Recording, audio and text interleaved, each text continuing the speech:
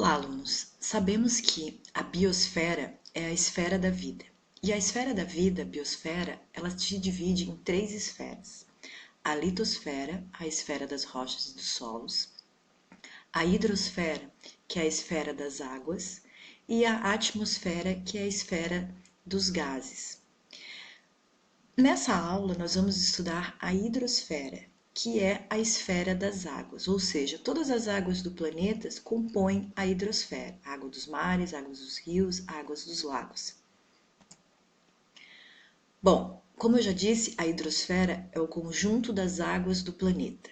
As águas oceânicas, elas correspondem a 97,5% de toda a água existente no nosso planeta.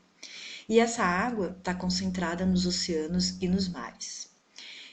Então, nós podemos ver que 97,5% da água do planeta é água salgada. E só 2,5% das águas continentais são consideradas água doce. Já vou falar da diferença do que é água doce e água salgada. Então, e esses 2,5%, eles estão nos rios, nos lagos, nos pântanos, nas calotas polares, nas geleiras, nos lençóis freáticos ou subterrâneos, que são os aquíferos. Então, o que nós temos? Nós temos água salgada, que é a água dos mares, e a água doce, que é a água que está distribuída nos rios, nos pântanos. Qual é a diferença de água doce para água salgada? Então, não existe uma água salgada e uma água adoçada.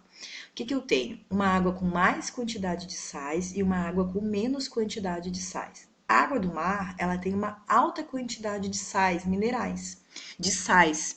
Por isso que a gente consegue perceber no nosso paladar, quando a gente tá no mar, percebe que aquela água é salgada. A água que a gente chama de água doce é uma água que também contém sais, minerais, só que em menor quantidade, certo? Por isso que nós chamamos a água do rio, a água de cachoeira, a água do lençol freático de água doce, porque ela tem menos sais e a gente não consegue sentir no nosso paladar. Então, é importante dessa distribuição da água é saber que só 2,5% das águas estão disponíveis para o nosso consumo, que é a água considerada doce. Então, por mais que o nosso planeta tenha uma abundância de água, essa água está restrita, né? Ela não é uma água abundante a todos, porque a maior parte dessa água é água salgada. A água do nosso planeta, ela não se renova, ela não aumenta e nem diminui. Por quê? Porque toda a água do nosso planeta, ela já está aqui no planeta Terra. Ela faz o que a gente chama de ciclo da água ou de ciclo hidrológico. Então, o que acontece? A água da chuva, ela não vem do espaço. A água da chuva é a água que já estava aqui na superfície, que evaporou e que retornou em forma de chuva, em forma de precipitação. Então, a gente vai entender como é que funciona esse ciclo da água. Para o ciclo da água iniciar, para ele acontecer, eu preciso do Sol. Porque o Sol ele tem uma função muito importante no ciclo da água. No nosso planeta ele tem duas funções, que é aquecer e iluminar. Para o ciclo da água, essa função do aquecimento é que faz com que esse ciclo aconteça. Se eu não tivesse o calor do Sol, toda a água do nosso planeta ficaria congelada. Mas, com o calor do Sol, a água se transforma, né? Ela passa do estado líquido para o estado gasoso, depois pode ficar no estado sólido. Então, a água passa por esses três estados da matéria devido à ação do Sol. Então, a primeira coisa que vai acontecer depois que eu tenho o calor do Sol é a vaporização ou a evaporação e a transpiração. Então, as superfícies líquidas, o solo ele vai evaporar e os seres vivos, as plantas, os animais, o ser humano, eles vão transpirar. E a gente vai liberar vapor para a atmosfera. Esse vapor, ele é leve, então ele vai começar a subir na atmosfera. À medida que ele vai subindo, ele vai atingindo camadas mais superiores e vai atingindo camadas mais frias da atmosfera. E aí, esse vapor de água vai se condensar e vai se transformar em líquido novamente. E aí ele vai formar as nuvens. Então, as nuvens elas vão ficar carregadas de água. Vai chegar um momento que essa nuvem vai precipitar toda essa água. em três diferentes formas. A precipitação ela pode ocorrer na forma de chuva, na forma de neve e na forma de granizo. Então, o que vai acontecer? Vai precipitar, vai chover e essa água vai voltar de novo para a superfície. Essa água vai escoar superficialmente por cima do solo, principalmente nos solos impermeabilizados nas grandes cidades, onde eu tenho asfalto, lajota, a água não acaba não infiltrando muito. Então ela vai escoar superficialmente até encontrar um rio, um mar, um outro lago, um bueiro que vai depositar essa água depois de volta no mar. Ou a água da chuva vai infiltrar no solo, ou seja, ela vai entrar pelas raízes das árvores, vai entrar pelo solo e vai formar os lençóis freáticos e vai formar os aquíferos que a gente vai falar logo em seguida. Então, e essa água da precipitação é o que vai alimentar os rios, que vai alimentar os lagos, que vai propiciar que o ciclo se renove novamente. Então a água volta para o nosso planeta, o Sol continua aquecendo e o ciclo da água ele não para, ele não termina. Então memorizem as fases do ciclo da água. Então eu tenho o calor do Sol que vai provocar a evaporação e a transpiração, que é o começo do ciclo, né? Esse vapor de água vai condensar, vai formar as nuvens. Depois, com as nuvens formadas cheias de água, vai precipitar na forma de chuva, neve ou granizo. E essa água que precipitou vai escoar pela superfície ou infiltrar no solo. Bom, vimos que a água tem esse ciclo e que a água não aumenta e nem diminui. E a água ela é muito importante para nós, porque além de ser considerada a seiva da vida, a água é de extrema importância para o ser humano, porque a gente utiliza a água de várias formas. No consumo, tanto o consumo direto, como beber água, tomar banho, fazer higiene da casa, esse é o consumo direto, onde a gente vê a água que a gente está consumindo, como no consumo indireto, porque todos os produtos que a gente utiliza no nosso dia a dia teve água na sua produção. Então, uma comida, um aparelho eletroeletrônico, uma roupa, todos os produtos que a gente consome no dia a dia, né, também tiveram água para a sua produção. Então, todo o nosso consumo, ele está em volta, ele gira em torno da água. Então, por isso que a água é tão importante. Além disso, a água também é importante porque no Brasil, a nossa matriz energética, a nossa fonte, né, de energia elétrica é a água, porque a gente, ó, como está aqui do lado, ó, tem uma foto da usina hidrelétrica de Itaipu, que é uma usina que gera energia, né, elétrica para o Brasil, e as turbinas dessa hidrelétrica, elas são movimentadas pela força das águas, pela força da água do rio, tá? Então, geração de energia é muito importante. E para esses rios terem força, para esses rios terem bastante água, eu preciso ter bastante chuva. Então, sempre que eu tenho uma estiagem, eu tenho uma elevação do preço da energia elétrica. Por quê? Porque as usinas hidrelétricas funcionam com menos potência, tá? Então, olhem como a água é importante no nosso dia a dia. E além disso, a água também pode ser utilizada como meio de transporte, porque os rios, eles são importantes meios de transportes mundiais. Então, a maior parte dos produtos que vêm de outros países, por exemplo, que vem da China, que vem de outros países da Ásia, esses produtos, quando vêm aqui para o Brasil, eles são transportados por navio. Né? Os navios são importantes porque eles trazem grande quantidade de produtos, então utilizam rios, utilizam os mares, e ele é um meio de transporte mais barato que o avião, por exemplo. Então não dá para trazer mercadorias baratas de avião, né? De avião só vem mercadorias muito caras. Então ele é um meio de transporte também muito importante. Então aqui eu tenho três imagens, uma falando do consumo direto da água, que é aqui um copo de água, né? Aqui a usina hidrelétrica de Itaipu e aqui embaixo o rio Yangtze, que é um dos três maiores rios do mundo, transportando carvão aqui na China. Além dos usos que a gente já falou, a água também é muito importante para os três setores da economia: agricultura, para a pecuária e para a indústria.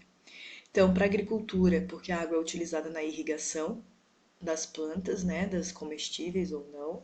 Na indústria, ela é utilizada para fabricar os mais diversos produtos, como eu já falei, inclusive para higienização de maquinário. Então, todos os produtos, a gente às vezes não imagina, mas para produzir um celular vai água, para produzir uma manteiga vai água, para produzir carne vai água. Então, todos os produtos que a gente consome, a gente fez uma atividade sobre o consumo direto e o consumo indireto, então tá lá a água invisível, né? É uma água que a gente não vê nos produtos, mas a água tá ali, a água foi utilizada para produzir. Então eu tô com um celular na mão, tô aqui gravando uma aula no computador, esse computador aqui, para fabricar esse computador, embora eu não esteja vendo água no produto, teve água na sua produção. E na pecuária, que é a criação de animais, também eu preciso de água para matar a sede dos animais. Então, dos 2,5% daquela água doce do planeta, apenas 1% está disponível para consumo. Então, a água ela não é abundante. A água que a gente consome, ela é muito pouca, né? Então, a gente não pode, a gente tem que usar a água com bastante consciência, porque não é um recurso que está disponível abundantemente no nosso planeta. A partir de agora, a gente vai estudar as águas continentais, ou seja, nosso planeta tem 6 continentes: América, Europa, África, Ásia, Oceania e Antártica. Em cima desses continentes, eu tenho água, e essa água, na sua grande maioria, é água doce. Então, em cima dos continentes estão as águas continentais, que é a água dos rios, a água das lagoas, dos lagos, as águas subterrâneas. Essas são as águas continentais e, na sua grande maioria, são águas doces. Vamos começar estudando um pouco, falando um pouco sobre os rios, depois vamos falar um pouco dos aquíferos. As águas continentais, agora a gente vai falar sobre os rios. Então aqui eu tenho um desenho, um esquema aqui do lado que está mostrando as principais partes de um rio. Então, os rios eles são cursos d'água que partem da sua nascente, que é o local onde o rio nasce, correm seguindo a inclinação do terreno, ou seja, de uma parte mais alta para uma parte mais baixa. Então, os rios eles têm relação com o relevo que a gente já estudou, né? Então, os rios normalmente a nascente de um rio acontece nas partes mais altas do relevo e depois ele corre no seu leito até a parte mais baixa do rio. Os rios eles vão desaguar ou em um lago, ou em um outro rio e num oceano. Então, no final, os rios vão desaguar nos oceanos. Os rios eles são formados por diferentes partes e cada uma delas tem características próprias. Então, eu vou falar o que é cada uma para vocês gravarem. Então, a nascente é onde o rio nasce. A foz é onde o rio deságua, é onde o rio termina, é onde o rio vai desaguar ou em outro rio, ou num lago, ou no mar. O leito do rio é o caminho que o rio percorre.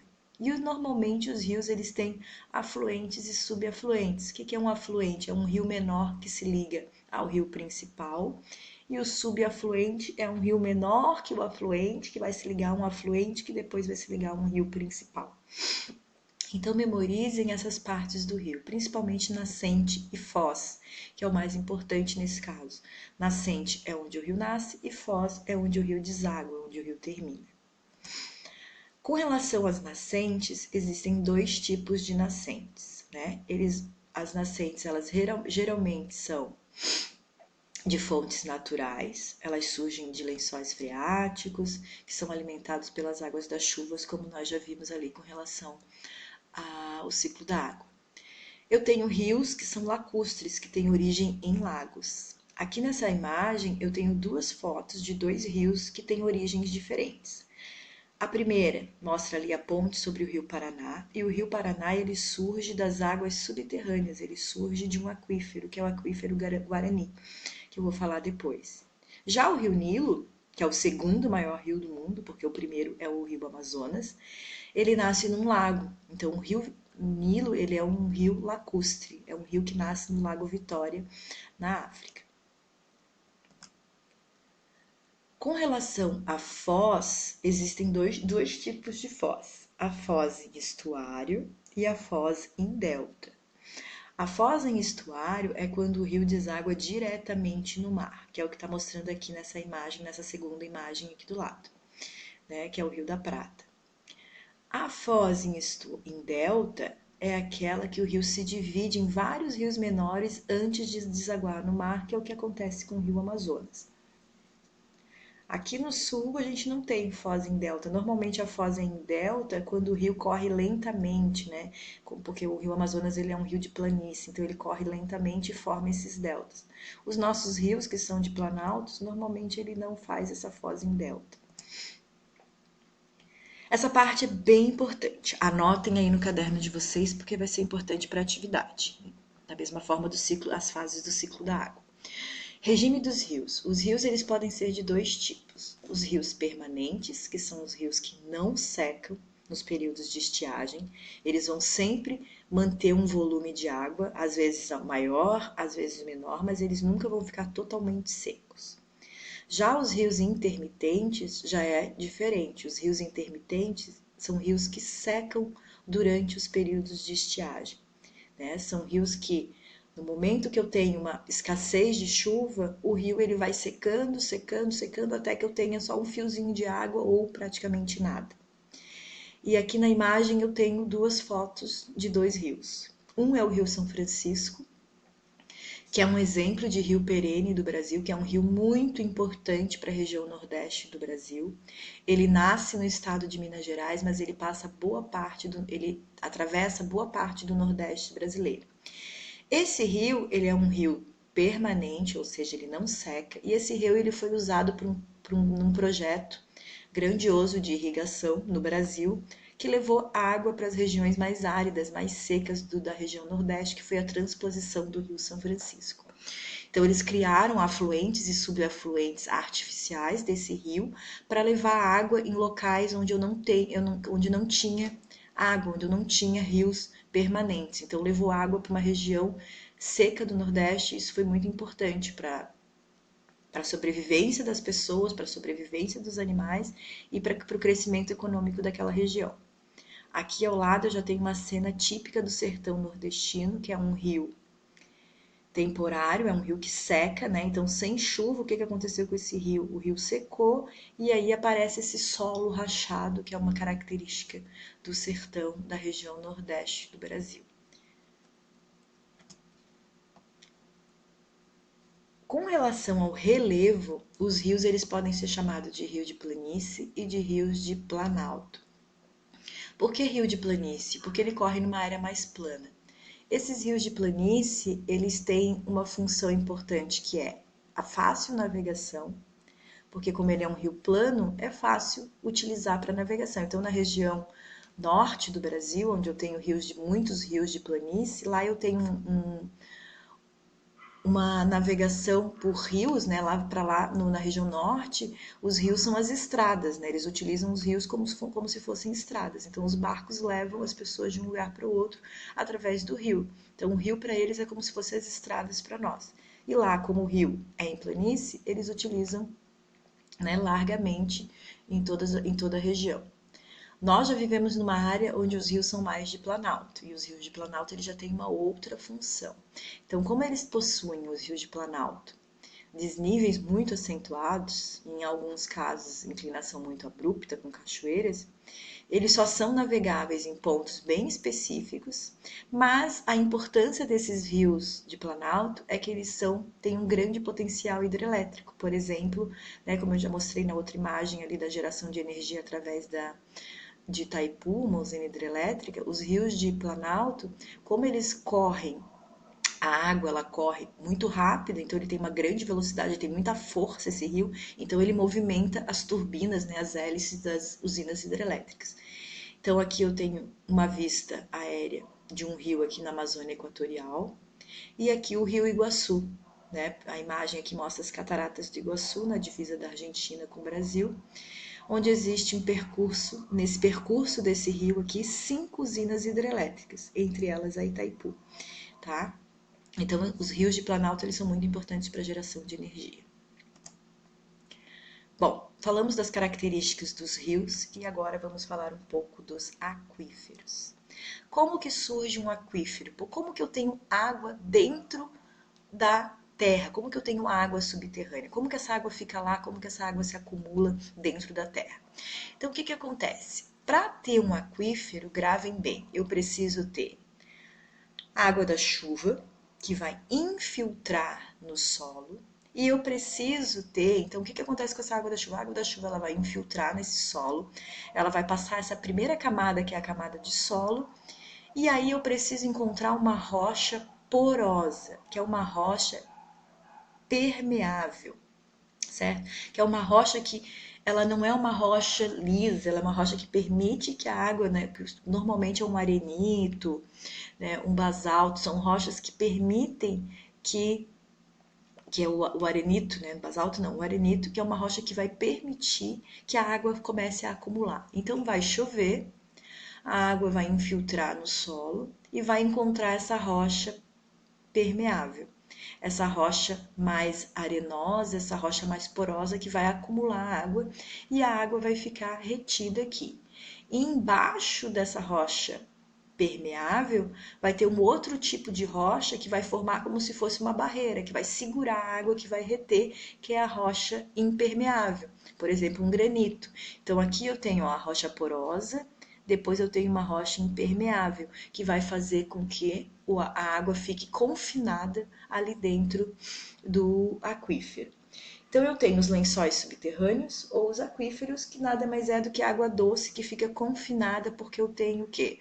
Um tipo de rocha específico. Então eu preciso ter uma rocha porosa para que forme um aquífero. Então aqui, ó, as águas subterrâneas ou os aquíferos, eles correspondem a aproximadamente 30% de toda a água que compõe as águas continentais. E essas águas dos aquíferos, elas são utilizadas, a gente consegue acessar essas águas. Aqui o aquífero Guarani, na região de São Paulo, principalmente, ele está com 1.000 metros de profundidade. E essa água ela é acessível, eles acessam essa água, utilizam essa água do aquífero Guarani. E o aquífero Guarani é um grande manancial de água subterrânea. Então, o Brasil tem 2 grandes mananciais de água subterrânea. Um deles é o aquífero Guarani. Como vocês podem ver, o aquífero Guarani, ele, além do Brasil, ele também está no Paraguai, na Argentina e no Uruguai. E no Brasil eu tenho aqui alguns estados que podem usufruir dessa água, que é o Rio Grande do Sul, o oeste e meio oeste de Santa Catarina, Paraná, São Paulo, Mato Grosso do Sul, Minas Gerais, Goiás e Mato Grosso. Então eu tenho vários estados do Brasil que podem utilizar essa água de aquífero, certo? Então gravem isso, que para existir um aquífero eu tenho que ter principalmente a rocha porosa. No caso do aquífero Guarani é o arenito Botucatu, que na próxima aula presencial eu vou levar para vocês verem como é que é essa rocha, certo?